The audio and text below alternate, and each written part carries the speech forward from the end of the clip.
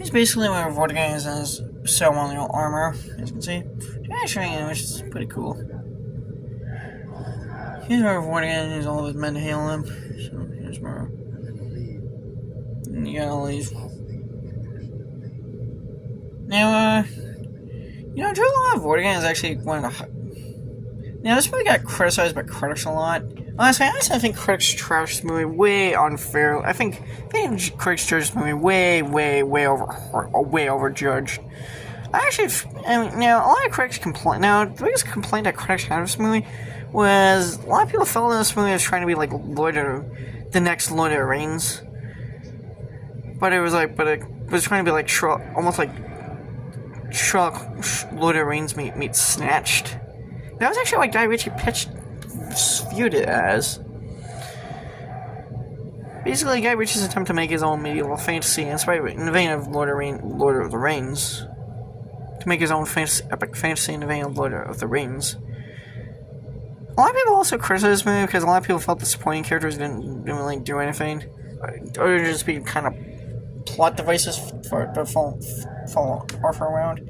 Here's where Arthur is about to be taken to be executed for disruption against Vortigern's empire.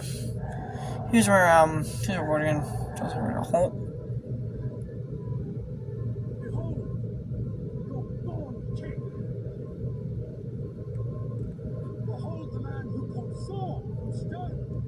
Here's where everyone watches as Arthur is about to be taken to be executed. He's about to have his head chopped off, basically, so. What do you have to say? Jude Law would actually make a good Skeletor. I think that Jude Law would make a good Skeletor, honestly. He has a kind of human voice, although I think he needs to kind of tweak it to something more like the kind of high-pitched voice that Skeletor is always known for. I think in hindsight, Amazon probably should have got Jude Law, Skeletor around and Jared Leto, because Jude Law is less problematic. Jared Leto, that guy's an absolute creep.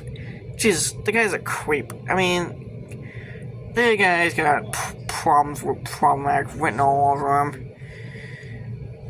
I mean, okay, he's a good actor, but he's a creep. Yeah, the guy's a creep. These guys are a little bit older. He's sort of age,